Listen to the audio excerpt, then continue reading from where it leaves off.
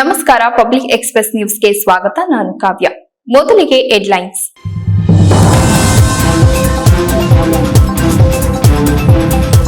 ವೃದ್ಧಾಶ್ರಮದಲ್ಲಿ ಸಾವನ್ನಪ್ಪಿದ್ದ ವೃದ್ಧೆ, ಮೃತದೇಹದ ಮುಂದೆ ಮಕ್ಕಳ ಹೈಡ್ರಾಮಾ. ತಾಯಿಯನ್ನ ಸಾಕಲಾಗದೆ ಮನೆಯಿಂದ ಹೊರಗಿಟ್ಟಿದ್ದ ಮಕ್ಕಳು. ಹಾಸನ ಜಿಲ್ಲೆ ಚನ್ನರಾಯಪಟ್ಟಣ ತಾಲೂಕಿನ ಮಾತೃಭೂಮಿ ವೃದ್ಧಾಶ್ರಮದಲ್ಲಿ ಘಟನೆ.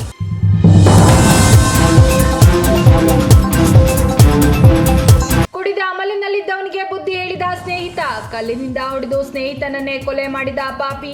ಹಾಸನ ಜಿಲ್ಲೆಯ ಅರಸೀಕೆರೆ ತಾಲೂಕಿನ ರಾಂಪುರ ಗ್ರಾಮದಲ್ಲಿ ಘಟನೆ.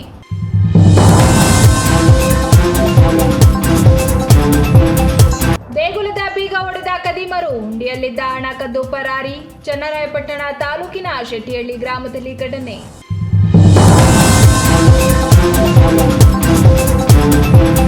ವೃದ್ಧಾಶ್ರಮದಲ್ಲಿ ಸಾವನ್ನಪ್ಪಿದ ವೃದ್ಧೆ ಮೃತದೇಹದ ಮುಂದೆ ಮಕ್ಕಳು ಹೈಡ್ರಾಮಾ ಮಾಡಿದಂತಹ ಘಟನೆ ಹಾಸನ ಜಿಲ್ಲೆ ಚನ್ನರಾಯಪಟ್ಟಣ ತಾಲೂಕಿನ ಮಾತೃಭೂಮಿ ವೃದ್ಧಾಶ್ರಮದಲ್ಲಿ ನಡೆದಿದೆ. ತಾಯಿಯಕ್ಕಾಗಿ ಮಕ್ಕಳು ಕಿತ್ತಾಟವಾಡಿತು. ಹಾಸನ ಜಿಲ್ಲೆ ಚನ್ನರಾಯಪಟ್ಟಣ ತಾಲೂಕಿನ ಮಾತೃಭೂಮಿ ವೃದ್ಧಾಶ್ರಮದಲ್ಲಿ ಘಟನೆ ನಡೆದಿದೆ. ತಾಯಿಯನ್ನ ಸಾಕಲಾಗದೆ ಮನೆಯಿಂದ ಹೊರಗಿಟ್ಟಿದ್ದ ಮಕ್ಕಳು ಈಗ ತಾಯಿ ನಂತರ ಕಿತ್ತಾಟವಾಡುತ್ತಿದ್ದಾರೆ. ಆಲೂರು ತಾಲೂಕಿನ ಕವಳಿಕೆರೆ ಗ್ರಾಮದ 80 ವರ್ಷದ ಪಾರ್ವತಮ್ಮ ಆಗಿದ್ದು, ಪಾರ್ವತಮ್ಮನವರ ಮಕ್ಕಳಾದ ಮಂಜೇಗೌಡ, ರಾಮಸ್ವಾಮಿ, ಜಯಮ್ಮ, ಭಾಗ್ಯ ಮತ್ತು ಇಂದ್ರ ಎಂಬುವವರಿಂದ ಮಾತೃಭೂಮಿ ವೃದ್ಧಾಶ್ರಮದಲ್ಲಿ ಹೈಡ್ರಾಮಾ ಉಂಟಾಗಿದೆ. ಮಕ್ಕಳು ಸಂಬಂಧಿಕರ ನಡುವೆ ವಾಗ್ವಾದ, ಗದ್ದಲ ಉಂಟಾಗಿ ಪರಸ್ಪರ ಬಡಿದಾಡಿಕೊಂಡಿದ್ದಾರೆ. ಮಕ್ಕಳಿಂದ ದೂರವಾಗಿದ್ದ ವೃದ್ಧೆಗೆ ಆಶ್ರಯ ನೀಡಿದ ವೃದ್ಧಾಶ್ರಮದ ನಾಗಣ್ಣ ಕೊಂಡೊಯ್ಯೋ ವಿಚಾರಕ್ಕೆ ಮಕ್ಕಳ ನಡುವೆ ಕಿತ್ತಾಟ ಉಂಟಾಗಿದೆ. ಬದುಕಿದ್ದಾಗ ತಾಯಿಯನ್ನ ನೋಡಿಕೊಳ್ಳದ ಇವರು ಯಕ್ಕಾಗಿ ಕಿತ್ತಾಟ ನಡೆಸುತ್ತಿದ್ದಾರೆ.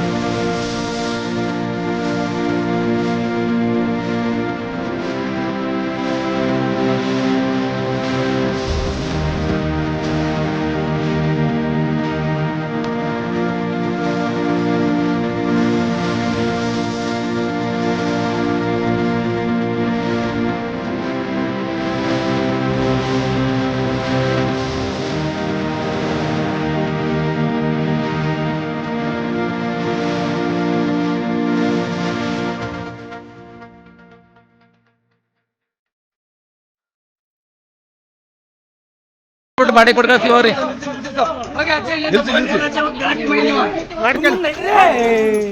ನಾವು ಬಾಡಿ ಕೊಡಲ್ಲ ಬಿಡ್ರಿ. ಈಗ ಪೊಲೀಸ್ ಕಂಪ್ಲೇಂಟ್ ಮಾಡ್ಕೊಂಡು ತಗೊಂಡವ್ರಿ. ಅವ್ರೇನೋ ಜಗಳ ಆಡ್ತಾರೆ.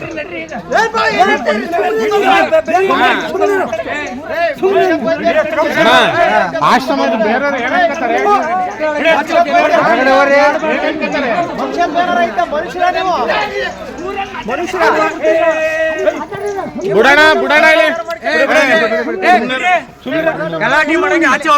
ಕುಡಿದ ಅಮಲಿನಲ್ಲಿದ್ದವನಿಗೆ ಬುದ್ಧಿ ಹೇಳಿದ ಸ್ನೇಹಿತನನ್ನೇ ಕಲ್ಲಿನಿಂದ ಹೊಡೆದು ಹತ್ಯೆಗೈದ ಘಟನೆ ಹಾಸನ ಜಿಲ್ಲೆಯ ಅರಸೀಕೆರೆ ತಾಲೂಕಿನ ರಾಂಪುರ ಗ್ರಾಮದಲ್ಲಿ ನಡೆದಿದೆ.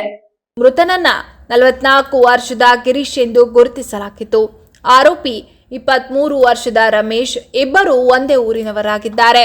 ಮಂಗಳವಾರ ರಾತ್ರಿ ಕೆಲಸ ಮುಗಿಸಿ ಅಂಗಡಿ ಬಳಿ ಕುಳಿತಿದ್ದ ಗಿರೀಶ್ ಅವರ ಬಳಿ ಕುಡಿದ ಅಮಲಿನಲ್ಲಿದ್ದ ರಮೇಶ್ ಬಂದು ಮಾತು ಆರಂಭಿಸಿದ್ದಾನೆ. ಈ ವೇಳೆ ಗಿರೀಶ್ ಅವರು ಕುಡಿದು ಹೀಗೆ ವರ್ತಿಸಬೇಡ ಎಂದು ಬುದ್ಧಿ ಹೇಳಿದ ವಿಚಾರಕ್ಕೆ ಸಿಟ್ಟಾದ ರಮೇಶ್ ಹತ್ತಿರದ ಕಲ್ಲಿನಿಂದ ಗಿರೀಶ್ ಅವರ ಮೇಲೆ ಹಲ್ಲೆ ನಡೆಸಿದ್ದಾನೆ. ತೀವ್ರವಾಗಿ ಗಾಯಗೊಂಡ ಗಿರೀಶ್ ಅವರನ್ನ ಸ್ಥಳೀಯರು ಆಸ್ಪತ್ರೆಗೆ ಕರೆದೊಯ್ದರು. ಚಿಕಿತ್ಸೆ ಫಲಕಾರಿಯಾಗದೆ ಅವರು ಮೃತಪಟ್ಟಿದ್ದಾರೆ. ಘಟನೆಯ ಬಳಿಕ ಆರೋಪಿ ರಮೇಶ್ ಸ್ಥಳದಿಂದ ಪರಾರಿಯಾಗಿದ್ದು, ಅರಸೀಕೆರೆ ಗ್ರಾಮಾಂತರ ಪೊಲೀಸರು ಸ್ಥಳಕ್ಕೆ ಭೇಟಿ ನೀಡಿ ಪ್ರಕರಣ ದಾಖಲಿಸಿಕೊಂಡು ತನಿಖೆ ಆರಂಭಿಸಿದ್ದಾರೆ. ಗ್ರಾಮದಲ್ಲಿ ಈ ಘಟನೆಯಿಂದ ಆತಂಕ ಹಾಗೂ ದುಃಖದ ವಾತಾವರಣ ನಿರ್ಮಾಣವಾಗಿದೆ. ಜೋರಾಗಿ ಹೇಳಿ. ಗಿರೀಶ್ ಅವರು ರಮೇಶ್ ಅವರು ಎಲ್ಲ ಕೂತ್ಕೊಂಡು ಇಲ್ಲೇ ಮಾತಾಡ್ತಾ ಇದ್ದಾರೆ. ಆ ಮಾತು ಒಂದು ಯಾವುದೋ ಒಂದು ಕಾರಣದಲ್ಲಿ ಬೇರೆ ತಿರುವು ಪಡ್ಕೊಂಡ ಮಾತಿನ ವೈಖರಿ. ರಮೇಶ ಅನ್ನೋದು ಸ್ವಲ್ಪ ಡ್ರಿಂಕ್ಸ್ ಮೇಲಿದ್ದ. ಅವ್ರ ಮಾತು ಹಿಂಗೆ ಜಾಸ್ತಿ ಆಗಿ ಮಾತಿನ ವೈಖರಿ ಜಾಸ್ತಿ ಆಗಿಬಿಟ್ಟು ಯಾವ ಒಂದು ಹಂತಕ್ಕೆ ಹೋಗಿ ಇವನು ಎಣ್ಣೆ ಮೇಲಿದ್ದಲ್ಲ ರಮೇಶ್ ಅನ್ನೋನು ಗಿರೀಶ್ಗೆ ಈ ಕಲ್ಲಲ್ಲಿ ತಗೊಂಬಿಟ್ಟು ಮುಕ್ಕು ಕೊಡಿದಾಗ ಅವ್ನು ಕೆಳಗೆ ಬಿದ್ದು ಗುಳ್ಳೆಗೆ ಏಟಾಗಿ ಈ ಪರಿಸ್ಥಿತಿ ಆಗಿದೆ ಸರ್. ಆಮೇಲೆ ನಮ್ಮ ವಿಚಾರ ಗೊತ್ತಾದಾಗ ನಾವು ಅರಸೀಕೆರೆ ಹಾಸ್ಪಿಟ್ಲಿಗೆ ಕರ್ಕೊಂಡ್ಬಂದ್ವಿ. ಅಲ್ಲಿಂದ ಅಲ್ಲಾಗಲ್ಲ ಅಂದರೂ ಹಾಸನಿಗೆ ಕರ್ಕೊಂಡ್ಬಂದ್ವಿ. ಹಾಸನದಿಂದ ಇದು ಹೆಡ್ ಇಂಜುರಿ ಆಗಿದೆ, ಡೈರೆಕ್ಟ್ ಎಲ್ಲೂ ಆಗಲ್ಲ, ಇಮಿಡಿಯೇಟ್ ಬೆಂಗಳೂರಿಗೆ ಕರ್ಕೊಂಡು ಹೋಗಿದ್ರು ಸರ್. ಬೆಂಗಳೂರಿಗೆ ಕರ್ಕೊಂಡು ಹೋಗೋಕ್ಕಿಂತ ನಿಮ್ಮಾನ್ಸಿಗೆ ಹೊರಟ್ವಿ ಆಂಬುಲೆನ್ಸಲ್ಲಿ. ಚಂದ್ರಾಪಟ್ಟಣ ಹತ್ರ ಹೋಗೋದ್ರೊಳಗೆ ಅದು ಈ ಥರ ಆಯಿತು ಸರ್. ಏನು ಕೆಲಸ ಮಾಡ್ಕೊಂಡಿದ್ರು ಗಿರೀಶ್ ಸರ್ ಅವರು ಹಾಲಿನ ಡೈರಿ ಇತ್ತು ಸರ್, ಅವ್ರ ಮನೆಯ ಕಾರ್ಯದರ್ಶಿ. ಅವರು ಗಂಡ ಹೆಂಡತಿ ಇಬ್ಬರು ಆ ಡೈರಿ ಮೇಂಟೈನ್ ಮಾಡ್ಕೊಂಡು ಹೋಗ್ತಾಯಿದ್ರು. ಇವನು ರಮೇಶ ಹಿಂಗೆ ಅವ್ನು ಏನು ಕೆಲಸ ಇರಲಿಲ್ಲ ಸರ್. ಅವನು ಸ್ವಲ್ಪ ಸೈಕೋ ಟೈಪೇ. ಡ್ರಿಂಕ್ಸ್ ಕುಡ್ದಾಗ ಬಂದು ಇನ್ನೂ ಪೂರ ಸೈಕೋ. ಓಡಾಡ್ಕೊಂಡು ಮನೆ ಕಡೆ ಅದು ಇನ್ನೂ ಊರೊಳಗೆ ಓಡಾಡ್ಕೊಂಡು ಇಬ್ಬರು ಪರಿಚಯದವರೇ. ಇಬ್ಬರು ಪರಿಚಯದವರು ಸರ್. ಅಂಗಡಿ ಹತ್ರ ಕೂತಿದ್ದಾಗ ಹಿಂಗೆ ಚರ್ಚೆಗಳಾಗಿ ಚರ್ಚೆ ಮಾತಿನ ಒಂದು ಇದು ಜಾಸ್ತಿಯಾಗಿ ಥರ ಆಗಿದೆ ಸರ್. ನಿಮ್ಮ ಹೆಸರು? ಸುರೇಶ್ ಅಂತ ಸರ್. ಚನ್ನರಾಯಪಟ್ಟಣ ತಾಲೂಕಿನ ಶೆಟ್ಟಿಹಳ್ಳಿ ಗ್ರಾಮದೇವತೆ ಶ್ರೀ ಶೆಟ್ಟಿಹಳ್ಳಮ್ಮ ದೇಗುಲದ ಬೀಗ ಹೊಡೆದು ಕದಿಮರು ಕಳ್ಳತನ ನಡೆಸಿರುವ ದೃಶ್ಯ ಸಿಸಿ ಕ್ಯಾಮೆರಾದಲ್ಲಿ ಸೆರೆಯಾಗಿದೆ. ದೇಗುಲದ ಬೀಗ ಹೊಡೆದು ಕದಿಮರು ಕಳ್ಳತನ ನಡೆಸಿರುವ ದೃಶ್ಯ ಸಿಸಿ ಕ್ಯಾಮೆರಾದಲ್ಲಿ ಸೆರೆಯಾಗಿದೆ. ಘಟನೆ ಚನ್ನರಾಯಪಟ್ಟಣ ತಾಲೂಕಿನ ಶೆಟ್ಟಿಹಳ್ಳಿ ಗ್ರಾಮದೇವತೆ ಶ್ರೀ ಶೆಟ್ಟಿಹಳ್ಳಮ್ಮ ದೇಗುಲದಲ್ಲಿ ನಡೆದಿದೆ. ಇಂದು ಬೆಳಗಿನ ಜಾವ ಸುಮಾರಿನಲ್ಲಿ ಕಬ್ಬಿಣದ ರಾಡ್ನಿಂದ ಮುಖ್ಯ ಬಾಗಿಲಿನ ಬೀಗ ಹೊಡೆದು ಒಳನುಗ್ಗಿರುವ ಕದಿಮರು ಇತರೆ ಸಲಕರಣೆಯಿಂದ ಹುಂಡಿ ಹೊಡೆದು ಹಣ ದೋಚಿದ್ದಾರೆ. ಶೂ ಹಾಗೂ ಚಪ್ಪಲಿಗಳನ್ನು ಹಾಕಿಕೊಂಡೇ ಗರ್ಭಗುಡಿಗೂ ಪ್ರವೇಶಿಸಿರುವ ಕದಿಮರು ಮೂರ್ತಿಯಲ್ಲಿ ಒಡವೆಗಳಿಗಾಗಿ ಹುಡುಕಾಟ ನಡೆಸಿರುವುದು ಕಂಡುಬಂದಿದೆ. ಕೆಲ ತಿಂಗಳ ಹಿಂದೆ ಕಳ್ಳನೊಬ್ಬ ದೇಗುಲ ನುಗ್ಗಲು ಯತ್ನಿಸಿ ಗ್ರಾಮಸ್ಥರ ಕೈಗೆ ಸಿಕ್ಕಿಕೊಂಡಿದ್ದ. ಹಾಗಾಗಿ ಕಳ್ಳತನ ಆಗುವುದನ್ನ ಮನಗಂಡ ಗ್ರಾಮಸ್ಥರು ಇತ್ತೀಚೆಗೆ ಸಿಸಿ ಕ್ಯಾಮೆರಾ ಅಳವಡಿಸಿದ್ದರು. ದೇಗುಲವು 7 ಗ್ರಾಮಗಳ ಬುಡಕಟ್ಟಿಗೆ ಸೇರಿದ್ದು ಹೊರ ಜಿಲ್ಲೆಗಳಿಂದಲೂ ಕೂಡ ಭಕ್ತರು ಆಗಮಿಸುವುದು ವಿಶೇಷವಾಗಿದೆ. ಪ್ರತಿದಿನ ಪೂಜಾ ಕೈಂಕರ್ಯಗಳು ನಡೆಯಲಿದ್ದು ನೂರಾರು ಭಕ್ತರು ಆಗಮಿಸುತ್ತಾರೆ. ಇದರಿಂದ ಹುಂಡಿಯಲ್ಲಿ ಹೆಚ್ಚಿನ ಹಣ ಸಂಗ್ರಹವಾಗಿರಬಹುದೆಂದು ತಿಳಿದ ಕದಿಮರು ಕಳ್ಳತನ ಮಾಡಿದ್ದಾರೆ ಎಂದು ಗ್ರಾಮಸ್ಥರು ದೂರಿದ್ದಾರೆ. ಚನ್ನರಾಯಪಟ್ಟಣ ಗ್ರಾಮಾಂತರ ಪೊಲೀಸರು ಸ್ಥಳಕ್ಕೆ ಭೇಟಿ ನೀಡಿ ಪರಿಶೀಲಿಸಿದ್ದು ತನಿಖೆ ಕೈಗೊಂಡಿದ್ದಾರೆ.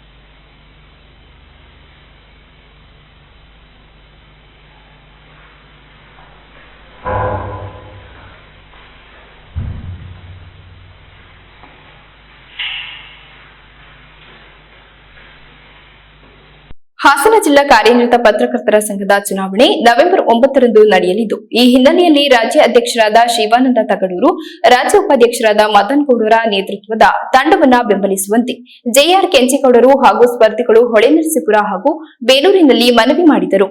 ಹಾಸನ ಜಿಲ್ಲಾ ಕಾರ್ಯನಿರತ ಪತ್ರಕರ್ತರ ಸಂಘದ ಚುನಾವಣೆ ನವೆಂಬರ್ 9ರಂದು ನಡೆಯಲಿದ್ದು, ಈ ಹಿನ್ನೆಲೆಯಲ್ಲಿ ಅಧ್ಯಕ್ಷ ಸ್ಥಾನದ ಸ್ಪರ್ಧಿ ಜೆಆರ್ ಕೆಂಚೇಗೌಡ, ಉಪಾಧ್ಯಕ್ಷ ಸ್ಥಾನದ ಸ್ಪರ್ಧಿ ನಂಜುಂಡೇಗೌಡ, ಪ್ರಕಾಶ್ ಜಿ, ಹೆತ್ತೂರ್ ನಾಗರಾಜು, ಪ್ರಧಾನ ಕಾರ್ಯದರ್ಶಿ ಕೆಜಿ ಸುರೇಶ್, ರಾಜ್ಯ ಕಾರ್ಯಕಾರಿ ಸಮಿತಿ ಸ್ಪರ್ಧಿ ಅಮೋಕ್ ಪ್ರಮೋದ್, ಕಾರ್ಯಕಾರಿ ಸಮಿತಿ ಸದಸ್ಯ ಸ್ಥಾನದ ಎಲ್ಲ ಸ್ಪರ್ಧಿಗಳು ಮತಯಾಚಿಸಿದರು. ಈ ಸಂದರ್ಭದಲ್ಲಿ ಮಾಜಿ ಅಧ್ಯಕ್ಷರಾದ ರವಿ ನಾಕಲಗೂಡು, ಬಾಳುಗೋಪಾಲ್ ಸೇರಿದಂತೆ ಹಲವು ಹಿರಿಯ ಪತ್ರಕರ್ತರು ರಾಜ್ಯಾಧ್ಯಕ್ಷರಾದ ಶಿವಾನಂದ ತಗಡೂರು, ರಾಜ್ಯ ಉಪಾಧ್ಯಕ್ಷರಾದ ಮದನ್ ಗೌಡ್ರು ನೇತೃತ್ವದ ತಂಡವನ್ನು ಬೆಂಬಲಿಸುವಂತೆ ಈ ಸಂದರ್ಭದಲ್ಲಿ ಮನವಿ ಮಾಡಿದರು. ಈ ತಂಡ ನಾವು ಕಟ್ಟಿದಂಥ ತಂಡ ಅಲ್ಲ. ನಮ್ಮ ರಾಜ್ಯದ ಅಧ್ಯಕ್ಷ ಬಂದು ಇಡೀ ರಾಜ್ಯಕ್ಕಿಂತ ಮುಂಚೆ ನಮ್ಮ ಹಾಸನದಲ್ಲಿ ಅವಿರೋಧವಾಗಿ ಆಗಬೇಕು, ಯಾರಿಗೂ ಸಿಕ್ಕಾಟ ಇರಬಾರ್ದು, ಒಗ್ಗಟ್ಟಾಗಿ ಹೋಗ್ಬೇಕನ್ನೋದ್ರಿಂದ ಹಿರಿಯ ಪತ್ರಕರ್ತರನ್ನ ಕೆಂಚೇಗೌಡರು, ನಾಗರಾಜರು, ನಾವು ಉದಯ್ ಕುಮಾರ್ ಎಲ್ಲ ಕೂತು ತೀರ್ಮಾನ ಮಾಡಿದಂಥ ಸಂಘ. ತೀರ್ಮಾನ ಮಾಡಿದ ನಂತರ ಮತ್ತೆ ಚುನಾವಣೆಗೆ ಹೋಗೋದು ಎಷ್ಟು ಸರಿ ಅಂತ ನೀವೇ ತಿಳ್ಕೊಳ್ಳಿ. ಯಾಕಂದರೆ ನಾವೀಗ ಇಲ್ಲಿರ್ತಕ್ಕಂಥವ್ರು ಪತ್ರಿಕಾ ಸಂಘದಲ್ಲಿದ್ದಾಗ ಪ್ರತಿಯೊಂದು ನೀವು ಬಂದರೆ ಹಾಸನ ಜಿಲ್ಲೆಯನ್ನು ಗುರುತು ಮಾಡೋ ರೀತಿಯಲ್ಲಿ ಪತ್ರಿಕಾ ಸಂಘನ ಉಳಿಸ್ಕೊ ಬಂದಿದ್ದೀವಿ. ಅದೇ ರೀತಿ ಹೆಸರು ಪ್ರತಿಯೊಂದರಲ್ಲಿದೆ. ನಾವು ಈಗ ಒಗ್ಗಟ್ಟಿಗೆ ಉಳಿಬೇಕು ಅನ್ನೋದಕ್ಕೋಸ್ಕರ ನಾನು ಜೊತೆಲಿದ್ವಿ. ಎಲ್ಲರೂ ಅವ್ರದ್ದವ್ರಂಥ ಸ್ಪರ್ಧೆಯಲ್ಲಿದ್ದೀವಿ. ಎಲ್ಲ ಇವಾಗ ನವೀನ್ ಅವರು ಅವ್ರದ್ದೇ ಜನಮಿತ್ರ ಪತ್ರಿಕೆ ಇರ್ಬೋದು, ನನಗಿರ್ಬೋದು, ಹಲೋ ಹಾಸನ ಇರ್ಬೋದು, ಎಲ್ಲ ಪತ್ರಿಕೆ ಪ್ರತಿನಿಧಿಗಳು ಎಲ್ಲ ಯಾಕೆ ಜೊತೆಲಿ ಬಂದಿದ್ದೀವಿ ಅಂದರೆ ಒಂದು ಒಗ್ಗಟ್ಟು ಕಾಣಿಸ್ಬೇಕಂದ್ರೆ. ಈಗ 2 ಜನ ಬರ್ತಾಯಿದ್ರು ನಮ್ಮಲ್ಲಿ, ನಿಮ್ಗೆ ಅನುಮಾನ ನಾಕಲ್ಗೌಡ ಅವರು ಇದ್ದಾರಾ, ಕೆಂಚೇಗೌಡರು ಇದ್ದಾರಾ ಇಲ್ವಾ ಅನ್ನೋದು ಬೇಡ. ನಾವು ಎಲ್ಲರೂ ಇವತ್ತು ಮದನ್ ಗೌಡರು ಸಮೇತ ಬಂದು ಬೆಂಗಳೂರಿಗೆ ಹೋಗ್ಬೇಕನ್ನೋದು ಹೋಗಿದ್ದಾರೆ. ಈ ಒಗ್ಗಟ್ಟನ್ನು ನಾವು ಕಾಪಾಡಿಕೊಂಡು ನಿಮ್ಮ ಒಳ್ಳೆ ಕೆಲಸಕ್ಕೆ ನಾವು ಇಲ್ಲಿವರೆಗೆ ಯಾರೂ ತಲೆ ಕೆಲಸ ಅಂತ ಕೆಲಸ ಯಾರೋ ಸಂಘದ ಅಧ್ಯಕ್ಷಗಳು ಮಾಡಿಲ್ಲ. ಇನ್ನೂ ಉತ್ತಮವಾದ ಈಗ 2ನೇ ಸರಿ ಯಾಕೆ ನಿಂತಿದ್ದಾರೆ ಅಂದರೆ ಅವರಿಗೆ ಒಂದು ಮನಸ್ಸಲ್ಲಿದೆ. ಅವ್ರು ಇದ್ದ ಟೈಮ್ನಲ್ಲಿ ಬಿಲ್ಡಿಂಗಿಗೆ ಏನೇನು ಮಾಡಬೇಕು ಅನ್ನೋದು ಎಲ್ಲ ಬಂದವರೆಲ್ಲ ನನಗಿಂತ ಜಾಸ್ತಿ ನಾನು ಮಾಡ್ತೀನಿ, ನನಗೆ ಈಗ ಶಕ್ತಿ ಇದೆ, ಎಲ್ಲ ಕೆಲಸ ಆಗಿದೆ, ನಾನು ಫ್ರೀ ಆಗಿದ್ದೀನಿ, ಸಂಘದ ಒಗ್ಗಟ್ಟು ಮಾಡ್ತೀನಿ ಅಂತ ಬಂದಿದ್ದಾರೆ. ಅದಕ್ಕೋಸ್ಕರ ಅವ್ರು ಹಿಂದೆ ಇದ್ದು ಅವ್ರನ್ನ ಮುಂದೆ ಬಿಟ್ಟಿದ್ದೀವಿ ಹೊರತು ಇನ್ಯಾವ ಉದ್ದೇಶನಲ್ಲ. ಅದನ್ನು ನೀವೆಲ್ಲ ಒಂದು ಇವತ್ತು ಮಾಡೋ ಅಂಥ ಓಟು ನಾಳೆ ದಿವಸ ಹೇಳ್ತಾರೆ, ಯಾವುದೇ ಆಮಿಷಗಳು ಹಾಕಬಾರ್ದು. ಯಾಕಂದ್ರೆ ಚುನಾವಣೆ ಬಂದಾಗ ನಮ್ಮ ನೆಂಟ, ನಮ್ಮ ಪಕ್ಷದವನು, ನಮ್ಮ ಪೇಪರ್ನವನು ಆ ವಿಚಾರಗಳು ಬಿಡಿ. ಒಗ್ಗಟ್ಟು ಸಂಘನೇ ಬೇರೆ ವಿಚಾರನೇ ಬೇರೆ. ಅದರಿಂದ ಸಂಘ ಅನ್ನೋದಕ್ಕೆ ನೀವೆಲ್ಲ ಒಗ್ಗಟ್ಟಾಗಿ ನಿಂತು ನೀವು ಸಹಕಾರ ಕೊಡ್ತೀರ ಅನ್ನೋ ನಂಬಿಕೆ ಮೇಲೆ ನಾವೆಲ್ಲ ನಿಮ್ಮ ಹತ್ರ ಬಂದೀವಿ. ಹೊಳೆಹೊನ್ನೂರು ಎಲ್ಲ ಮತದಾರರಲ್ಲಿ ಕೈ ಮುಗಿದು ಕೇಳ್ತೀನಿ, ಈ ಸಂಘನ ಬೆಳೆಸೋದಕ್ಕೆ ಮತ್ತು ಹೊಳೆಹೊನ್ನೂರು ಓಟು ಒಂದು ಸಮೇತ ಬೇರೆ ಕಡೆ ಹೋಗಲ್ಲ ಅನ್ನೋ ರೀತಿಯಲ್ಲಿ ತೋರಿಸ್ಕೊಡ್ಬೇಕು. ಯಾಕಂದರೆ ಇಲ್ಲಿಂದಲೇ ಇವತ್ತು ಪ್ರಾರಂಭ ಮಾಡಿದ್ವಿ. ಈ ಒಂದು ತಂಡ ರಾಜ್ಯಕ್ಕೆ ಮಾದರಿಯಾಗಿರಬೇಕು ಅನ್ನೋ ಒಂದು ಹಿತದೃಷ್ಟಿಯಿಂದ, ಕಾರಣ ನಮ್ಮ ರಾಜ್ಯಾಧ್ಯಕ್ಷರು ಅವಿರೋಧವಾಗಿ ಆಯ್ಕೆಯಾಗಿ ಒಂದು ದೊಡ್ಡ ಮಾದರಿಯಾಗಿದ್ದಾರೆ.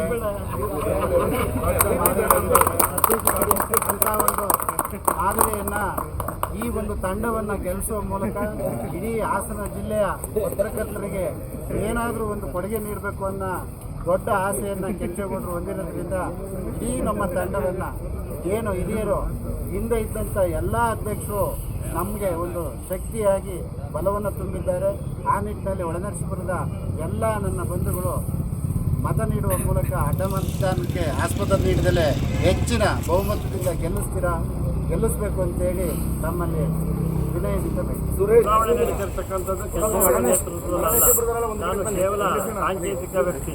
ಈ ಚುನಾವಣೆ ನಡೀತಾ ಇರ್ತಕ್ಕಂಥದ್ದು, ಈ ನಮ್ಮ ಹಾಸನ ಜಿಲ್ಲೆ ಚುನಾವಣೆ ನಡೀತಾ ಇರ್ತಕ್ಕಂಥದ್ದು ರಾಜ್ಯ ಕಾರ್ಯನಿರತ ಪತ್ರಿಕಾ ಸಂಘದ ಅಧ್ಯಕ್ಷರಾದ ಶಿವಾನಂದ ತಗಡೂರು ಅವರು, ರಾಜ್ಯ ಉಪಾಧ್ಯಕ್ಷರಾಗಿ ಅವಿರೋಧವಾಗಿ ಆಯ್ಕೆಯಾಗಿರ್ತಕ್ಕಂಥ ಮದನ್ ಗೌಡರು, ನಮ್ಮ ಹಿರಿಯರಾದ ಬಾಂಡುಗೋಪಾಲ್ ಅವರು, ನಮ್ಮ ಚೌಡಳ್ಳಿ ಜಗದೀಶ್ ಅವರು, ಹಾಗೆ ಎಲ್ಲ ಹಿರಿಯ ಹಾಸನ ನಗರದ ಸಂಪಾದಕರು ಮತ್ತು ಹಾಸನ ಜಿಲ್ಲೆಯ ಎಲ್ಲ ಹಿರಿಯರ ನೇತೃತ್ವದಲ್ಲಿ ಚುನಾವಣೆ ನಡೀತಾ ಇದೆ.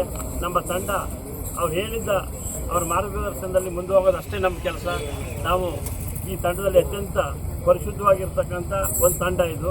ಹಾಗಾಗಿ ನೀವೆಲ್ಲರೂ ನಮ್ಮನ್ನು ಬೆಂಬಲಿಸಿ ನಿಮ್ಮ ಜೊತೆ ಸದಾ ನಾವು ಇರ್ತೀವಿ ಅಂತೇಳಿ ಹೇಳ್ತಾ ನಿಮ್ಮ ಎಲ್ಲರ ಸಹಕಾರವನ್ನು ಕೋರ್ತಾ ಇದ್ದೀನಿ. ಒಂದು ಒಳ್ಳೆಯ ತಂಡ. ಈಗ ನಾವು ಈ ಹಿಂದೆ ನಮ್ಮ ಜಿಲ್ಲಾ ಸಂಘದಲ್ಲಿ ತುಂಬ ಚೆನ್ನಾಗಿ ಕೆಲಸ ಮಾಡಿದ ಮಾಜಿ ಅಧ್ಯಕ್ಷರಾದ ರವಿ ನಾಗಲ್ಗೌಡರು ಇದ್ದಾರೆ, ಬಾಳುಗೋಪಾಲ್ ಅಣ್ಣವರಿದ್ದಾರೆ, ನಂಜುಂಡೇಗೌಡರು ಇದ್ದಾರೆ, ಮತ್ತು ಪ್ರಮೋದ್ ಇದ್ದಾರೆ. ಪ್ರಮೋದ್ ನಾನು ನೋಡಿದ್ರಲ್ಲ, ಕೆಂಚೇಗೌಡರು ಇದ್ದಾರೆ, ಮದನ್ ಗೌಡರು ಇದ್ದಾರೆ.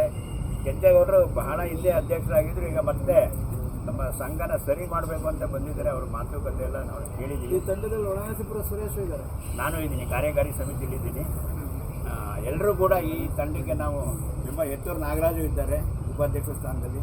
ನಾವೆಲ್ಲರೂ ಕೂಡ ಈ ತಂಡಕ್ಕೆ ನಮ್ಮ ಬೊಮ್ಮೇಗೌಡರು ಇದ್ದಾರೆ, ಎಲ್ಲ ನಮಗೆ ಗೊತ್ತಾಗಿರೋರೇ ಇದ್ದಾರೆ. ಬಹಳ ವರ್ಷಗಳಿಂದ ನಮ್ಮ ಈ ಗ್ರೂಪ್ ಇದೆ.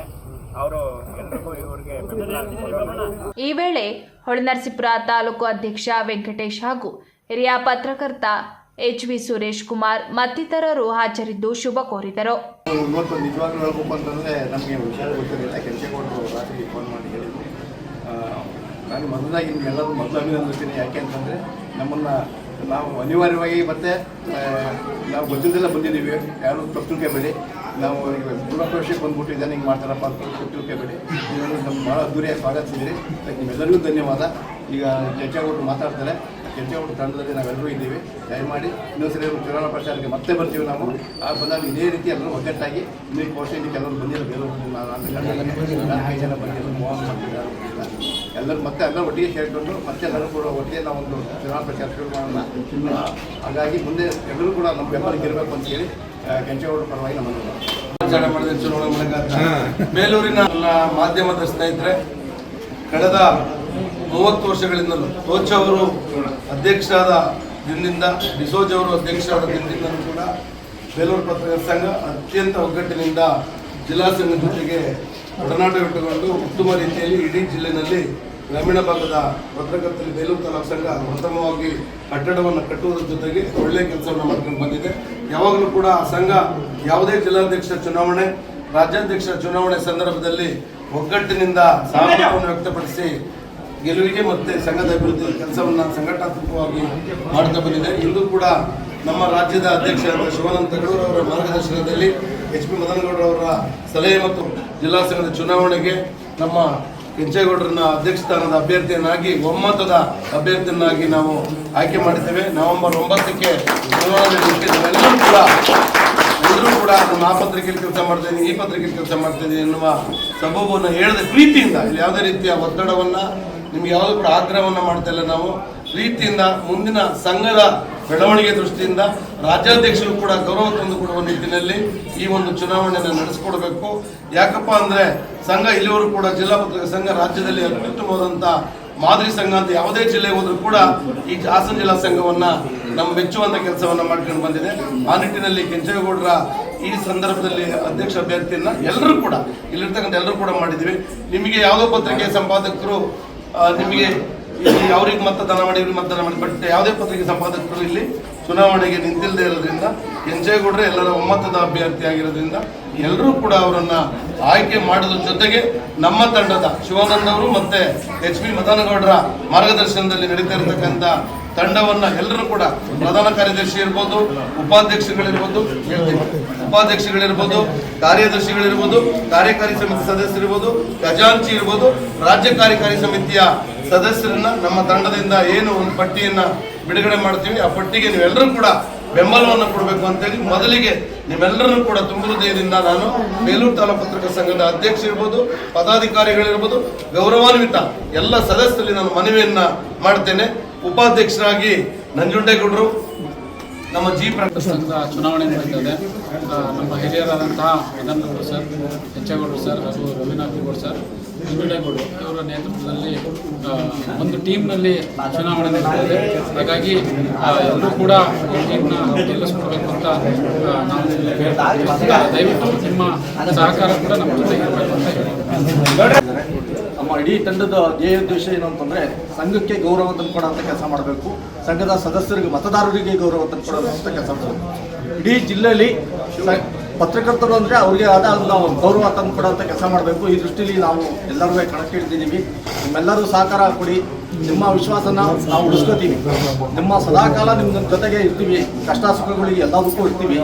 ಹಂಗಾಗಿ ನೀವು ಒಂದು ಹಿಂದೆ ಮುಂದೆ ಯೋಚನೆ ಮಾಡಿದ್ರೆ ನಮ್ಮ ಸಂಘಕ್ಕೆ ನಮ್ಮ ಇಡೀ ತಂಡಕ್ಕೆ ನೀವು ಬೆಂಬಲಿಸಿದ್ದಾದರೆ ನಿಮ್ಮ ಜೊತೆ ನಾವು ಸದಾಕಾಲ ಇರ್ತೀವಿ ಅಂತ ಹೇಳ್ತಾ ನಮ್ಮ ತಂಡ ಎಲ್ಲರೂ ಕೂಡ ಹಿರಿಯರ ಮಾರ್ಗದರ್ಶನದಲ್ಲಿ ಹೋಗ್ತಾ ಇದ್ದೀವಿ. ಈಗಾಗಲೇ ಹೇಳ್ದಂಗೆ ನಾನು ಈ ತಂಡದಲ್ಲಿ ನಾನೇ ಕಿರಿಯ ಅನಿಸುತ್ತೆ, ಕಾರ್ಯದರ್ಶಿ ಸ್ಥಾನಕ್ಕೆ ಸ್ಪರ್ಧೆ ಮಾಡ್ತಿದ್ದೀನಿ. ಮತ್ತು ಹಿಂದೆ ಯಾವಾಗಲೂ ಹಿರಿಯರೆಲ್ಲ ಏನು ನಿರ್ಧಾರ ಮಾಡಿದ್ರು ಅದಕ್ಕೂ ಕೂಡ ನಾವು ಸಮ್ಮತಿ ನೀಡಿದ್ವಿ. ಇವಾಗ ಏನು ನಿರ್ಧಾರ ಮಾಡಿದ್ರು ಅದಕ್ಕೂ ಕೂಡ ಮತ್ತೆ ಬೇಲೂರು ವಿಶೇಷವಾದ್ದು. ಯಾಕೆ ಅಂದರೆ ಬೇಲೂರಿಗೆ ನಾನು ಚುನಾವಣಾಧಿಕಾರಿಯಾಗಿ ಒಂದು ಲಾಸ್ಟ್ ಟೈಮ್ ಚುನಾವಣೆ ಅದು ಒಂದು ಹೊಸ ಅನುಭವ ಮೊದಲನೇದಾಗಿ ನನಗೆ ಸಿಕ್ಕಿದ್ದಂಥದ್ದು. ಹಾಗಾಗಿ ಎಲ್ಲರೂ ಕೂಡ ನಿಮ್ಮ ಸಹಕಾರ ನಮ್ಮ ಎಲ್ಲ ತಂಡದ ಎಲ್ಲ ಸದಸ್ಯರ ಮೇಲೆ ಇರಲಿ ಅಂತ ನಾನು ಕೇಳ್ಕೊಳ್ತೀನಿ. 25ನೇ ಸಾಲಿನ ಹಾಸನ ಜಿಲ್ಲಾ ಚುನಾವಣಾ ಪ್ರಚಾರಕ್ಕೆ ಆಗಮಿಸಿರುವಂತ ಅಧ್ಯಕ್ಷರ ಸ್ಥಾನಕ್ಕೆ ನಿಂತಿರುವಂತ ಕೆಂಚೇಗೌಡ್ರೆ ಮತ್ತೆ ಎಲ್ಲರ ಮಾರ್ಗದರ್ಶಕರು ನಾವು ರವಿ ನಾಕಲ್ಗೌಡರವರೇ, ಮದನ್ ಗೌಡರು ಬಂದಿಲ್ಲ ಅವ್ರಿಗೂ, ಮತ್ತು ಎಲ್ಲ ಜಿಲ್ಲಾ ತಂಡ ಏನಿವತ್ತು ಬೇಲೂರು ಅಂತ ಹೇಳಿದಾಗ ಪತ್ರಕರ್ತರು ಒಗ್ಗಟ್ಟಲ್ಲಿದ್ದಾರೆ ಅಂತೇಳಿ ಹೇಳಿದ್ದಾರೆ. ಚುನಾವಣೆಯಲ್ಲೂ ಅಷ್ಟೇ, ಯಾವಾಗ ಚುನಾವಣೆ ನಡೆದ್ರು ಬೇಲೂರು ಪತ್ರಕರ್ತರು ಒಗ್ಗಟ್ಟಾಗಿ ಹೋಗಿ ಯಾವ ಟೀಮ್ ಅಂತೇಳಿ ಗುರ್ತಿಸ್ಕೊಂಡಿರ್ತೀವಿ ಅವರಿಗೆ ವೋಟ್ ಹಾಕೋಂಥ ಕೆಲಸನ ನಾವು ಮಾಡಿದ್ದೀವಿ. ಈ ಸಲ ಅದೇ ರೀತಿ ಎಲ್ಲರೂ ಏನು ಕೆಂಚೇಗೌಡರ ನೇತೃತ್ವ ತಂಡ ಇದೆ ಅವರಿಗೆ ಒಬ್ಬರಿಗೆ ಆಚೆ ಈಚೆ ಮಾಡಿದ ರೀತಿಯಲ್ಲಿ ಎಲ್ಲರಿಗೂ ಒಗ್ಗಟ್ಟಾಗಿ ನಮ್ಮ ಬೇಲೂರಿನ ಒಗ್ಗಟ್ಟನ್ನು ಪ್ರದರ್ಶನ ಮಾಡಿ, ಮತ್ತು ಜಿಲ್ಲೆಗೆ ಪ್ರಥಮವಾಗಿ ಯಾವುದೇ ಚುನಾವಣೆ ನಾನು ಬಂದು 21 ವರ್ಷ ಆಯಿತು, 21 ವರ್ಷದಿಂದ ಚುನಾವಣೆ ನೋಡ್ತಾ ಇದ್ದೀನಿ. ಬೇಲೂರಿಗೆ ಪ್ರಥಮವಾಗಿ ಪ್ರಚಾರಕ್ಕೆ ಬರ್ತಾರೆ. ಚೆನ್ನಕೇಶವ ಒಳ್ಳೆ ಆಶೀರ್ವಾದ ಮಾಡ್ತಾ ಇದ್ದಾರೆ. ಈ ಬಾರಿನೂ ಕೆಂಚೇಗೌಡರ ತಂಡ ಒಂದು ಜಯಶೀಲರಾಗಿ ಮುಂದಿನ ದಿನಗಳಲ್ಲಿ ಬೇಲೂರಿಗೆ ಬರಬೇಕು ಅಂತೇಳಿ ಹಾರೈಸ್ತಾ ಇದ್ದೀನಿ.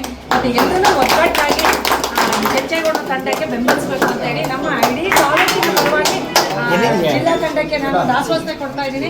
ನಮ್ಮ ತಾಲೂಕಲ್ಲಿ ಯಾವುದೇ ಮತಗಳು ಅಡ್ಡ ಮತಗಳು ಆಗಲ್ಲ ಅಂತೇಳಿ ಭರವಸೆನೂ ನೀಡ್ತಾ ಇದ್ದೀನಿ. ನಮಸ್ಕಾರ. ಈಗಾಗಲೇ ಕೆಂಚೇಗೌಡರು ಹಾಗೆ ರವಿನಾಥ್ ಸರ್ ಎಲ್ಲರೂ ಕೂಡ ಹೇಳಿದ್ದಾರೆ, ಮಾತಾಡಿದ್ದಾರೆ. ಇಲ್ಲಿ ಒಂದು ವಿಚಾರನಷ್ಟೇ ನಾನು ಇಲ್ಲಿ ಹೇಳಕ್ಕೆ ಇಷ್ಟಪಡ್ತೀನಿ. ನಾವು ನಮ್ಮ ಎದುರಾಳಿ ತಂಡ ಆಗಲಿ ಮತ್ತೊಂದು ತಂಡ ಅಂತೇಳಿ ಏನಿಲ್ಲ, ನಮ್ಮದು ಯಾರ ವಿರುದ್ಧನೂ ನಮ್ಮದು ಕಾಂಪಿಟೇಷನ್ ಅಲ್ಲ. ನಮ್ಮ ಒಂದು ಪರಿಪೂರ್ಣವಾದ ನಮ್ಮ ಪ್ರಕಾಶ್ ಹೇಳ್ದಂಗೆ ಕಿರಿಯರು ಮತ್ತು ಹಿರಿಯರನ್ನು ಒಳಗೊಂಡಂಥ ಒಂದು ಪರಿಪೂರ್ಣವಾದ ತಂಡನ ನಾವು ಕಟ್ಕೊಂಡು ಈಗಾಗಲೇ ನಾವು ಶುರು ಮಾಡಿದ್ದೀವಿ. ಕೆಂಚೇಗೌಡರು ತುಂಬ ಹಿರಿಯರಿದ್ದಾರೆ, ಎಲ್ಲರೂ ಒಟ್ಟಿಗೆ ಕರೆದೊಯ್ಯುವಂಥ ಒಂದು ಶಕ್ತಿ ಅವರಲ್ಲಿದೆ. ಹಾಗಾಗಿ ನಾವೆಲ್ಲ ದಯಮಾಡಿ ನನ್ನ ಮನವಿ ಇಷ್ಟೇ, ಎಲ್ಲೂ ಕೂಡ ಆಚೆ ಈಚೆ ಆಗಬಾರ್ದು. ಎಲ್ಲ ಒಂದಲ್ಲ, ಇಡೀ ನೀವು ಒಂಚೂರು ಆಚೆ ಈಚೆ ಮಾಡಿದ್ರೆ ಬೇರೆ ಬೇರೆ ಥರದ್ದು ಇದಾಗುತ್ತೆ. ಒಗ್ಗಟ್ಟಿನಿಂದ ಇಡೀ ನಮ್ದು ಅಧಿಕೃತವಾಗಿ ಒಂದು ತರ್ತೀವಿ ನಾವು ಪೇಪರ್ನ. ಹಾಗಾಗಿ ಎಲ್ಲರೂ ಕೂಡ ಅಷ್ಟು ಜನಗೆ ಮಾತ್ರ ನೀವು ಮತ ಹಾಕೋದ್ರ ಮೂಲಕ ನಮಗೆ ಭರ್ಜರಿ ಜಯ ತಂದುಕೊಡ್ಬೇಕು ಅಂತ ಹೇಳಿ ನಮಗೆಲ್ಲರ ಪರವಾಗಿ ನಾನು ನಿಮ್ಮಲ್ಲಿ ಮನವಿ ಮಾಡ್ತೀನಿ. ದತ್ತಿ ಪುರಸ್ಕೃತರನ್ನ ಎಲ್ಲರನ್ನ ಪರಿಗಣಿಸುವುದಿಲ್ಲ, ಸಾಹಿತ್ಯದಿಂದಲೇ ಗುರುತಿಸುತ್ತೇವೆ. ಕನ್ನಡ ಸಾಹಿತ್ಯ ಪರಿಷತ್ತು ಸತ್ತು ಹೋಗಿದೆ, ಭ್ರಷ್ಟಾಚಾರ ಮಿತಿಮೀರಿದೆ. ಅಧ್ಯಕ್ಷರನ್ನ ಆಯ್ಕೆ ಮಾಡುವಾಗ ಎಚ್ಚರ ವಹಿಸಬೇಕು. ಎಲ್ಲಾ ಜಿಲ್ಲೆಯಲ್ಲೂ ಪರಿಷತ್ ಹಾಳಾಗಿ ಹೋಗಿದೆ ಎಂದು ಮಾಣಿಕ್ಯ ಪ್ರಕಾಶನದ ಅಧ್ಯಕ್ಷ ಕೊಟ್ರೇಶ್ ಎಸ್ ಉಪ್ಪಾರ್ ಹೇಳಿದರು. ನಗರದಲ್ಲಿಂದು ನಡೆದ ಮಾಣಿಕ್ಯ ಪ್ರಕಾಶನದ ರಾಜ್ಯ ಮಟ್ಟದ 10ನೇ ಕವಿಕಾವ್ಯ ಸಂಭ್ರಮ ದಶಮಾನೋತ್ಸವದಲ್ಲಿ ಪಾಲ್ಗೊಂಡು ಮಾತನಾಡಿದ ಅವರು, ಲಾಬಿ ಮೀರಿ ನಾವು ಕೆಲಸ ಮಾಡಬೇಕು. ಬೇರೆ ಸಂಘಟನೆಗಳು ಇಲ್ಲದಿದ್ದರೆ ಕನ್ನಡದ ಕೆಲಸ ಮುಂದುವರಿಯುತ್ತಿಲ್ಲ ಎಂದು ವಿಷಾದ ವ್ಯಕ್ತಪಡಿಸಿದರು. ಬಹುಶಃ ಇವತ್ತು ಬೇರೆ ಸಂಘಟನೆಗಳು ಇಲ್ಲದೇ ಇದ್ದಿದ್ರೆ ಸಾಹಿತ್ಯ ಕಾರ್ಯಕ್ರಮಗಳ ಆಗ್ತಾ ಇರಲಿಲ್ಲ ಇವತ್ತಿನ ದಿನ ಮಾತಲ್ಲಿ. ಯಾಕಂದ್ರೆ ಸದ್ಯದ ಪರಿಸ್ಥಿತಿಯಲ್ಲಿ ಸಾಹಿತ್ಯ ಪರಿಷತ್ ಸತ್ತೋಗ್ಬಿಟ್ಟಿದೆ. ಯಾಕೆ ಹೇಳ್ತಾ ಇದ್ದೀನಿ ಅಂದ್ರೆ, ಅವರ ಇತಿಹಾಸದಲ್ಲೇ ಒಬ್ಬ ರಾಜ್ಯಾಧ್ಯಕ್ಷ ಒಂದು ಭ್ರಷ್ಟ ಅದಕ್ಕೆ ಒಳಪಟ್ಟು ಒಂದು ಪನಿಷ್ಮೆಂಟ್ ಒಳಗಾಗಿ ಪರಿಸ್ಥಿತಿ ಆಗ್ತಕ್ಕಂಥ ಒಂದು ಸಂದರ್ಭವನ್ನು ಇವತ್ತು ನಾವು ಕಾಣ್ತಾ ಇದ್ದೇವೆ. ಬಹಳ ದುರ್ದೈವ ನಮ್ಮ ಕನ್ನಡ ನಾಡಿದೆ. ನಾವು ಆಯ್ಕೆ ಮಾಡ್ತಕ್ಕಂಥ ಒಂದು ಸಂದರ್ಭದ ಬಹಳ ವಿವೇಚನೆ ಇಟ್ಕೊಂಡು ಆಯ್ಕೆ ಮಾಡಬೇಕು. ಆದ್ರೆ ಸಂದರ್ಭ ಹೇಗಿದೆ ಅಂದ್ರೆ ರಾಜಕಾರಣ ಜಾತಿ ಮೇಲೆ ಕೊಡ್ತಾ ಇದೆ. ಅಲ್ಲಿ ಬಂದಂತಹ ಸಂದರ್ಭದಲ್ಲಿ ಅವ್ರು ಯಾವ ರೀತಿ ಅಧಿಕಾರ ಮಾಡ್ತಾರೆ, ಅವ್ರು ಯಾರ್ಯಾರು ಸಪೋರ್ಟ್ ಮಾಡ್ತಾರೆ ಅಂತ ಗುರುತಿಸ್ತಕ್ಕಂಥದ್ದು, ಅವರ ಖ್ಯಾತಿಯನ್ನು ಗುರುತಿಸ್ತಕ್ಕಂಥದ್ದು. ಈ ಲಾಭಗಳು ನಡೀತೀವಿ, ಲಾಭಗಳನ್ನು ಮೀರಿ ನಮ್ಮ ಸಂಘಟನೆ ಕೆಲಸ ಮಾಡಬೇಕು.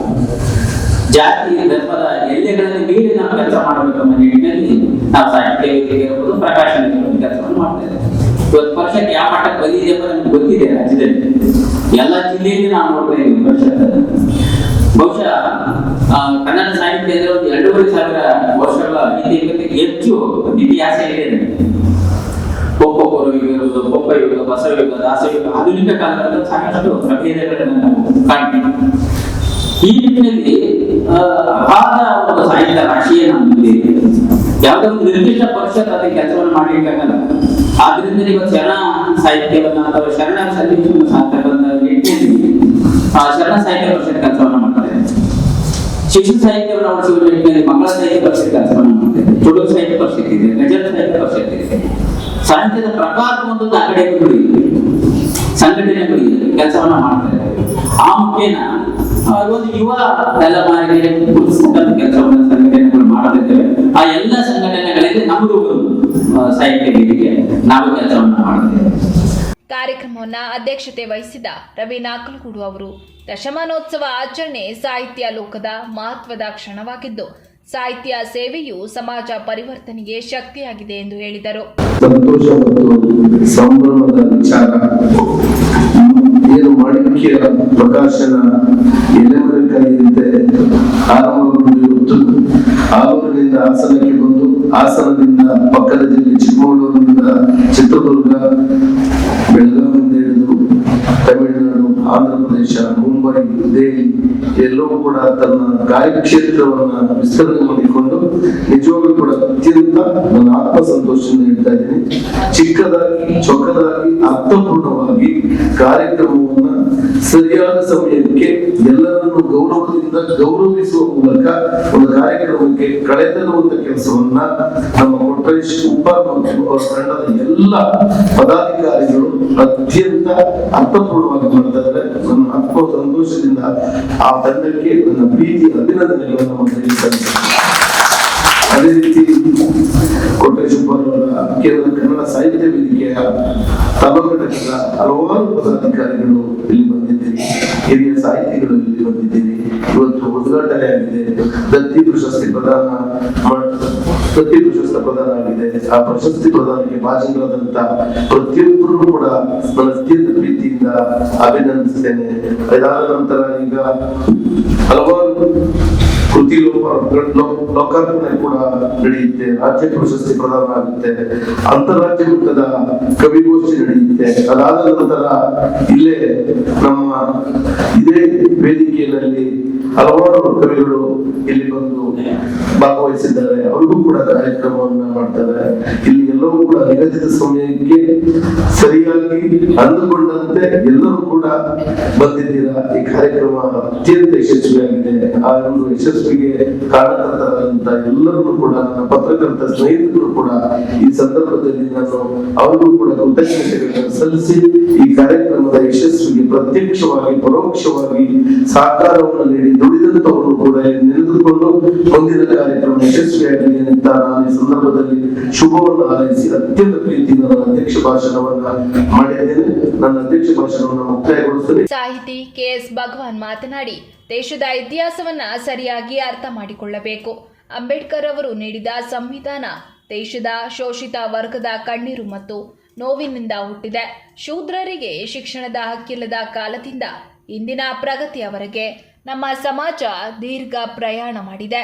ಸತ್ಯ ನಿಷ್ಠೆಯಿಂದ ಬರೆಯಿರಿ, ಯಾರನ್ನ ಮೆಚ್ಚಿಸಲು ಬರೆಯಬೇಡಿ ಎಂದ ಅವರು ಶಿಕ್ಷಣವನ್ನ ರಾಷ್ಟ್ರೀಕರಣಗೊಳಿಸುವ ಅಗತ್ಯವಿದೆ ಎಂದು ಅಭಿಪ್ರಾಯಪಟ್ಟರು.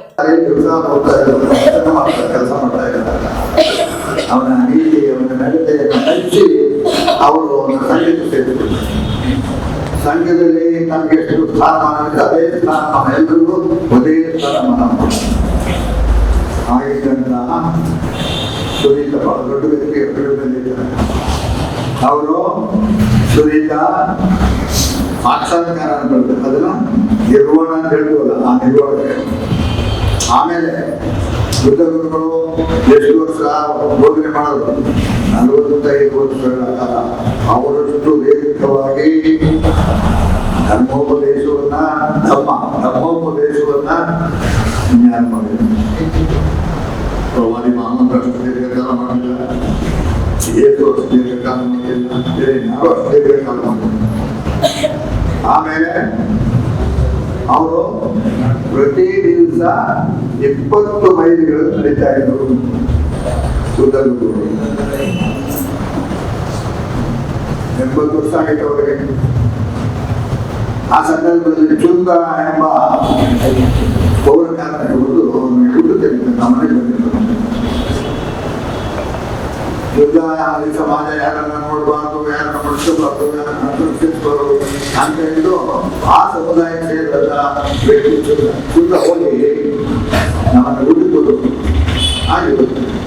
ಬುದ್ಧರು ಹೋಗ್ತಾರೆ, ಅವ್ರಿಗೆ ಊಟ ಮಾಡ್ತಾರೆ. ಏನ್ ಮಾಡಿದ್ದು ಊಟ? ಸೂಕರ್ಮದ್ರವ. ಹಂದಿ ಮಾಂಸ ಅವನ ಮನೇಲಿ ಇದ್ದರೆ ಹಂದಿ ಮಾಂಸವನ್ನ ಬಿಡುತ್ತದೆ. ಬುದ್ಧರು ಊಟ ಮಾಡೋದು ಸಂತೋಷಪಡ್ತಾರೆ. ಅದ್ರ ವಯಸ್ಸಾಗಿದ್ದು ಅವ್ರಿಗೆ ತೀರಿಸ್ಕೊಳ್ಳೋದಾಗಲಿಲ್ಲ. ಮಾಡಿಬಿಟ್ಟಿದ್ದು ಅಲ್ಲಿ ಚುಂದ ಚರ್ಚೆ ಅಂತ ಅವನು ಕರೆದು ಮೈದಲ್ಲಿ ಬುದ್ಧ ಹೇಳ್ತಾರೆ, ನನ್ನ ರತ್ನಾಕರ ಪ್ರಸಾದಗಳಿಗೆ ಕೊನೆ ಊಟ ಕೊಟ್ಟ ಪುಣ್ಯ ಪಡೆಯುವಂತರಿಂದ ಮಹಾಮರು. HB ಮದನ್ಗೌಡ ಮಾತನಾಡಿ, ಕಾರ್ಯಕ್ರಮ ಸಂಘಟನೆ ಈ ದಿನಗಳಲ್ಲಿ ಮಹತ್ವದ ಕೆಲಸವಾಗಿದೆ. ಹಲ್ಮಿಡಿ ಶಿಲಾಶಾಸನ ನೀಡಿದ ಹಾಸನ ಜಿಲ್ಲೆಯವರು ಎನ್ನುವುದು ಹೆಮ್ಮೆಯ ವಿಚಾರ ಎಂದರು. ಕೊಟ್ರೇಶು ಯಾವಾಗಲೂ ಏನಂತ ಹೇಳಿದ್ರೆ ಒಬ್ಬ ಶಿಕ್ಷಕನಾಗಿ ಎಲ್ಲೂ ಕಳೆದೋಗಿಲ್ಲ. ಅದ್ರ ಜೊತೆಗೆ ನನ್ನೊಂದಿಗೆ ಇರುವಂತಹ ಸಾಹಿತ್ಯ ಕ್ಷೇತ್ರದ ಒಡನಾಡಿಗಳನ್ನು ನನ್ನ ಜೊತೆಗೆ ಕಳೆದುಕೊಂಡು ಹೋಗಬೇಕು ಅಂತ ಏನು ವಿಚಾರ ಮಾಡ್ತಿದ್ದಾರೆ. ಆ ಹಿನ್ನೆಲೆಯಲ್ಲಿ ಇವತ್ತು ಅತಿ ಹೆಚ್ಚು ಕಾರ್ಯಕ್ಷೇತ್ರದಲ್ಲಿ ಎಲೆಮರೆಕಾಯಿಯಾಗಿ ಎಲ್ಲೂ ಗುರುತಿಸಿಕೊಳ್ಳಲಾಗದೆ ಎಲ್ಲೂ ಕಾಣಿಸಿಕೊಳ್ಳಲಾಗದಂತವರಿಗೆ ಒಂದು ವೇದಿಕೆ ಕಲ್ಪಿಸಿಕೊಳ್ಳುವಂತ ಕೆಲಸವನ್ನ ಮಾಡಿಕೊಂಡ ಕೆಲಸ ಮಾಡಬಹುದು. ಇವತ್ತು ಯಾರೇ ಒಂದು ಆಸರೆ ಮತ್ತು ಆಶ್ರಯದಿಂದ ಸಾಹಿತ್ಯವನ್ನ ನಾವು ನಿರೀಕ್ಷೆ ಮಾಡಲಿಕ್ಕೆ ಹೋಗಬೇಕಾದ ಅಗತ್ಯ ಇಲ್ಲ. ಎಲ್ಲರಿಗೂ ಅವರದೇ ಆದಂತಹ ಒಂದು ಸ್ವಂತ ಶಕ್ತಿ ಇದೆ, ಸ್ವಂತ ಬರವಣಿಗೆ ಇದೆ. ಆ ಬರವಣಿಗೆ ಮೂಲಕವನ್ನೇ ಅವರು ತಮ್ಮ ಒಂದು ಸಾಹಿತ್ಯವನ್ನ, ತಮ್ಮ ಕಾರ್ಯಕ್ಷೇತ್ರವನ್ನ ನಾಡಿಗೆ ಪರಿಚಯ ಮಾಡಿಕೊಳ್ಳುವಂತಹ, ಸಾಹಿತ್ಯ ಕ್ಷೇತ್ರಕ್ಕೆ ಪರಿಚಯ ಮಾಡಿಕೊಳ್ಳುವಂತಹ ಒಂದು ದೊಡ್ಡ ಶಕ್ತಿಯಾಗಿದೆ. ಎಲ್ಲರೂ ಬೆಳೆದಿದ್ದಾರೆ. ಅದರಲ್ಲಿ ಬಹುಮುಖ್ಯವಾಗಿ ಮಹಿಳಾ ಕ್ಷೇತ್ರ, ಮಹಿಳೆಯರು, ಮಹಿಳಾ ಸಾಹಿತಿಗಳು ದೊಡ್ಡವಾಗಿ ಈ ನಾಡಿನಲ್ಲಿ ದೊಡ್ಡ ಒಂದು ಹೆಸರನ್ನ ಮಾಡ್ತಾ ಇದ್ದಾರೆ.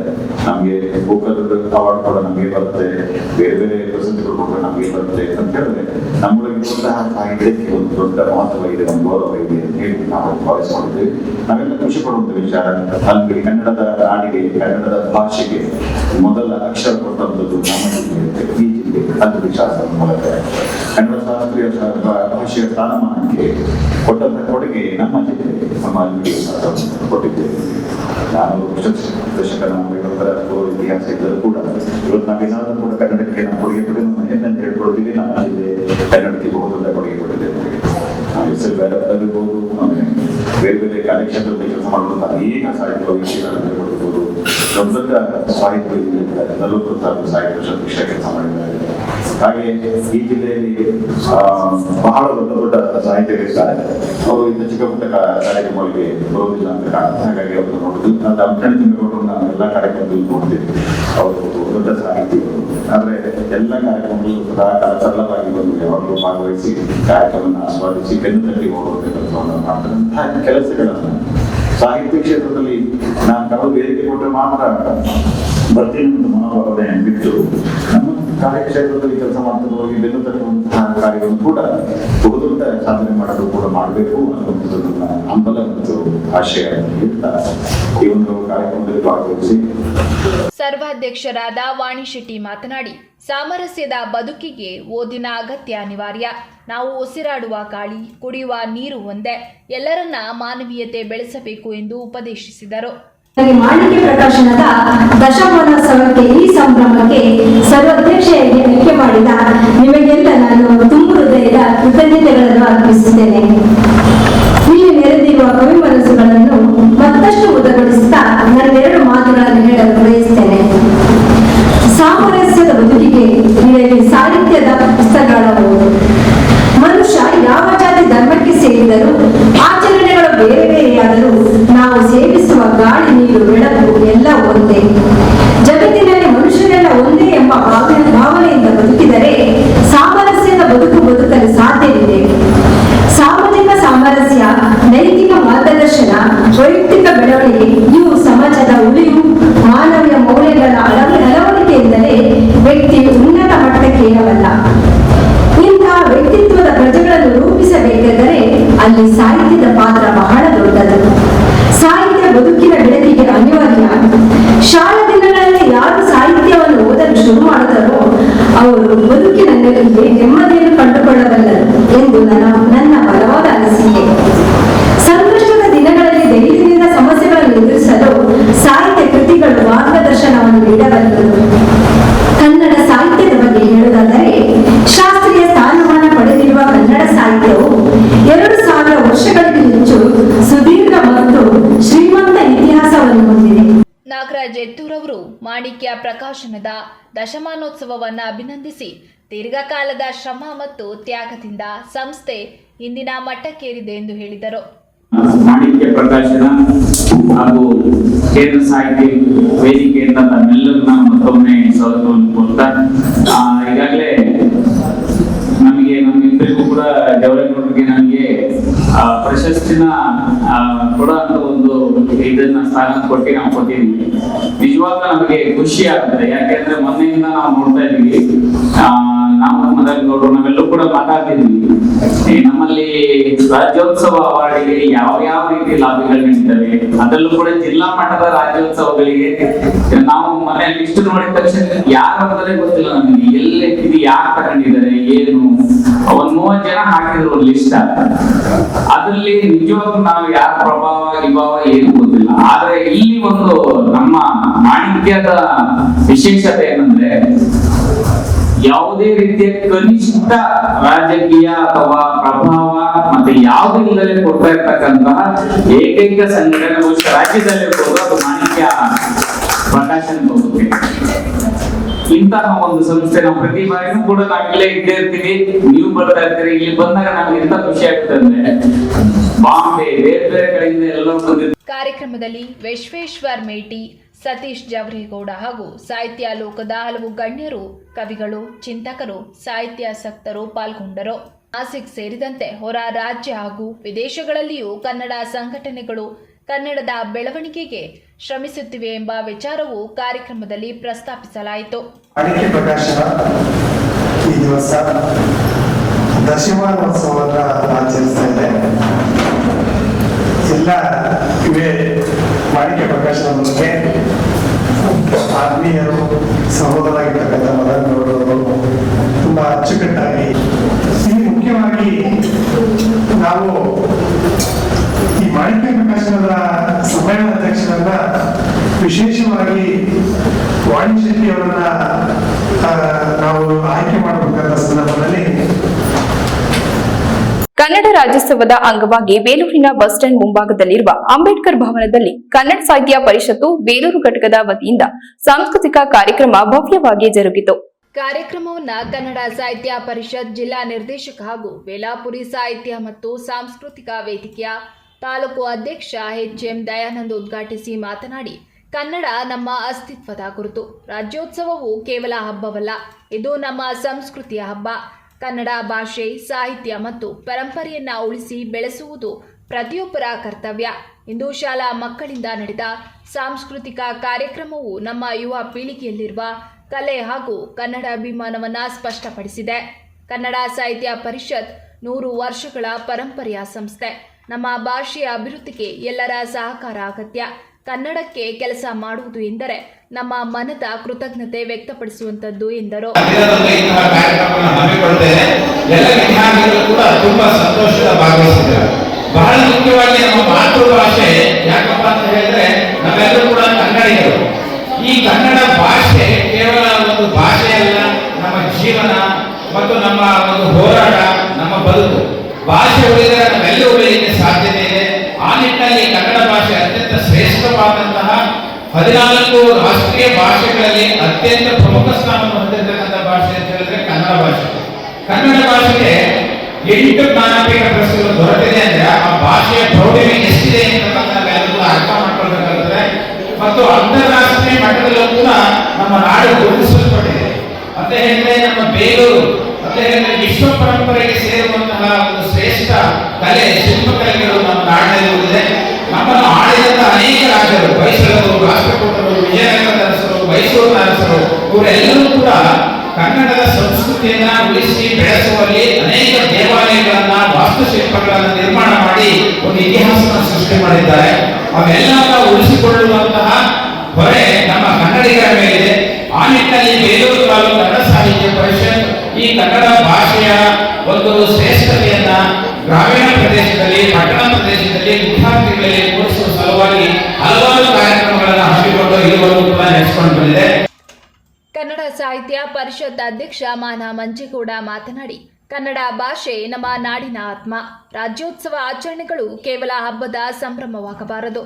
ಕನ್ನಡದ ಅಭಿಮಾನವು ನಮ್ಮ ನಿತ್ಯ ಜೀವನದ ವರ್ತನೆ, ಕೃತ್ಯ, ಕೆಲಸಗಳಲ್ಲಿ ಸ್ಪಷ್ಟವಾಗಬೇಕು. ಶಾಲೆಗಳಲ್ಲಿ ಕನ್ನಡದ ಪ್ರೋತ್ಸಾಹ ನೀಡುವುದು ಅತ್ಯಗತ್ಯ ಎಂದರು. ಶಾಲೆಯ ಮಕ್ಕಳಿಗೆ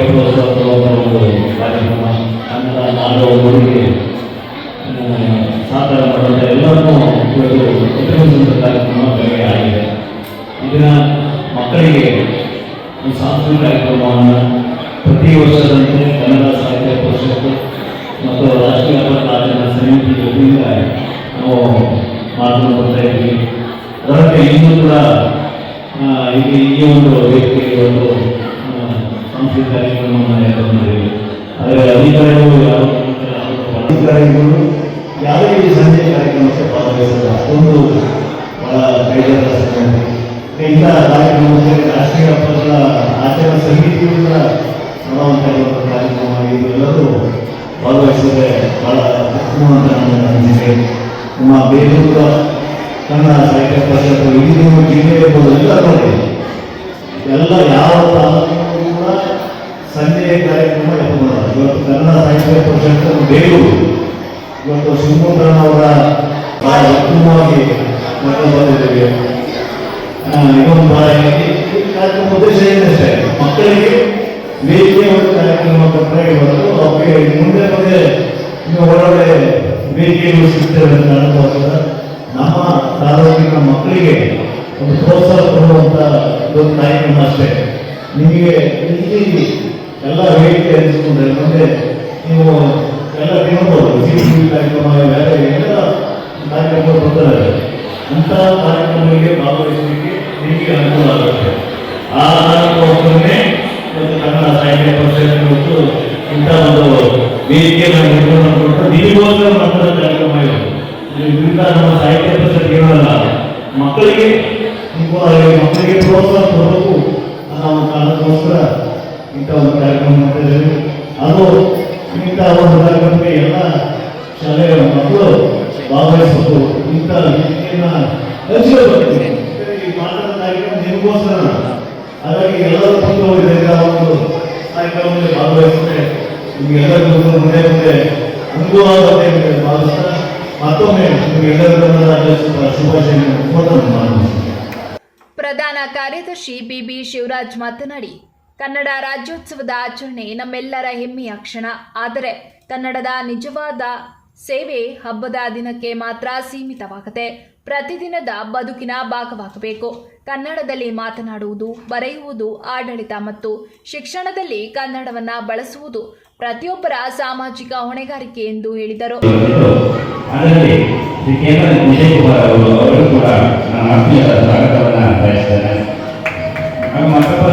ಸ್ನೇಹಿತರಾದ ಧರ್ಮ ಪ್ರಕೃತಿ ಅವರು ಕೂಡ ಕನ್ನಡ ಸಾಹಿತ್ಯ ಪರಿಷತ್ತಿನಿಂದ ಆತ್ಮೀಯವಾದ ಸ್ವಾಗತವನ್ನು ಬಯಸ್ತಾನೆ.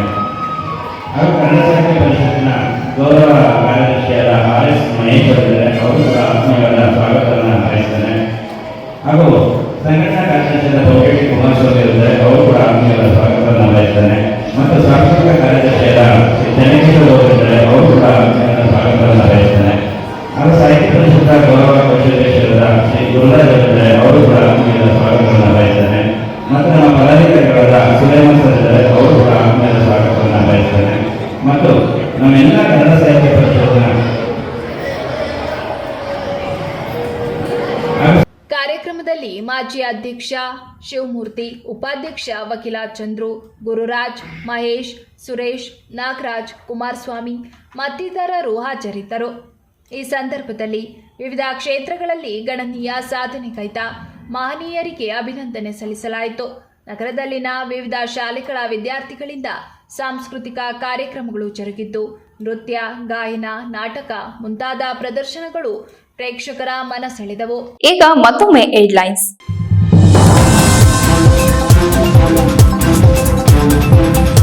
ವೃದ್ಧಾಶ್ರಮದಲ್ಲಿ ಸಾವನ್ನಪ್ಪಿದ್ದ ವೃದ್ಧೆ, ಮೃತದೇಹದ ಮುಂದೆ ಮಕ್ಕಳ ಹೈಡ್ರಾಮಾ, ತಾಯಿಯನ್ನ ಸಾಕಲಾಗದೆ ಮನೆಯಿಂದ ಹೊರಗಿಟ್ಟಿದ ಮಕ್ಕಳು. ಹಾಸನ ಜಿಲ್ಲೆ ಚನ್ನರಾಯಪಟ್ಟಣ ತಾಲೂಕಿನ ಮಾತೃಭೂಮಿ ವೃದ್ಧಾಶ್ರಮದಲ್ಲಿ ಘಟನೆ.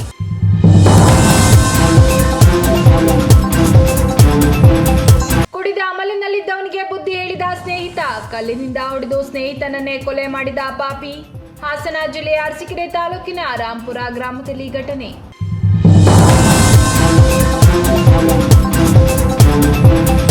ದೇಗುಲದ ಬೀಗ ಹೊಡೆದ ಕದೀಮರು, ಹುಂಡಿಯಲ್ಲಿದ್ದ ಹಣ ಕದ್ದು ಪರಾರಿ. ಚನ್ನರಾಯಪಟ್ಟಣ ತಾಲೂಕಿನ ಶೆಟ್ಟಿಹಳ್ಳಿ ಗ್ರಾಮದಲ್ಲಿ ಘಟನೆ.